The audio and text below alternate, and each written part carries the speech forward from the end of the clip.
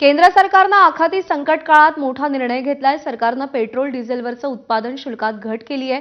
पेट्रोलवरील उत्पादन शुल्कात 10 रुपयांची घट झाली आहे आणि उत्पादन शुल्क 13 रुपयांवरून 3 रुपयांवर करण्यात आलंय। तर डिझेलवरील उत्पादन शुल्क 10 रुपयांवरून 0 वर आणण्यात आलंय। कच्च्या तेलाच्या किमतीतली वाढ आणि महाग झालेला डॉलर्स यामुळे सरकारी कंपन्यांना इंधन दरवाढ अटळ होऊन बसली होती।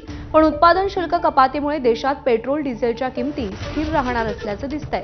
आंतरराष्ट्रीय बाजारात कच्चं तेल प्रति बॅरल 70 रुपयांवरून तब्बल $122 पर्यंत पोहोचलंय आणि याचा परिणाम जगभरात पेट्रोल डिझेलचे भाव कमालीचे वाढले आहेत।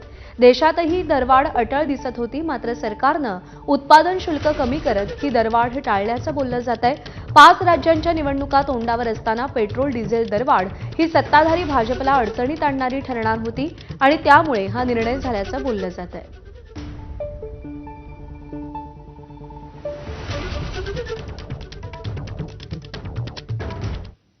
उत्पादन शुल्क घटवल्यानं नेमकं काय साध्य होईल, ग्राफिक्सच्या माध्यमातून नजर टाकूया। सामान्य लोकांवरचं तेल दरवाढीचं गंडांतर टळेल। सरकारी कंपन्यांना अटळ होऊ पाहणारी तेल दरवाढही टळेल। महागलेल्या कच्च्या तेलामुळे सरकारी कंपन्यांवरचा बोजा कमी होईल। उत्पादन शुल्क कपातीमुळे डॉलर्स महागल्यानं तेल कंपन्यांचं गणित बिघडणार नाही। महागाई निर्देशांक नियंत्रणात राहील।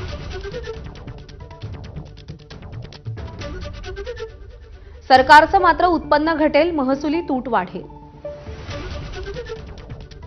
एचपीसीएल, बीपीसीएल, आयओसी या तेल कंपन्यांचे शेअर्स वधारतील।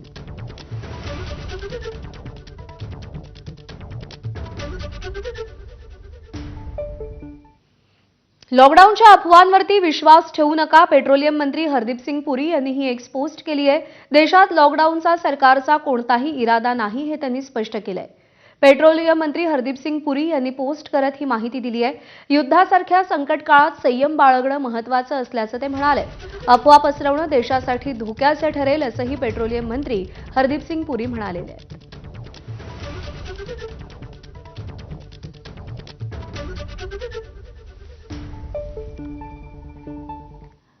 भारताचा ऊर्जा पुरवठा पूर्णपणे सुरक्षित असल्याचं सरकारनं स्पष्टीकरण दिलंय। हेतुपुरस्सर चुकीची माहिती पसरवण्याच्या मोहिमेवर सरकारनं टीका केली आहे। देशभरात सर्व किरकोळ इंधन केंद्रांवरती पुरेसा साठा असल्याचं सरकारनं स्पष्टीकरण दिलेलं आहे। चुकीची माहिती पसरवण्याच्या मोहिमेला बळी पडू नका असं सरकारनं आवाहन केलंय।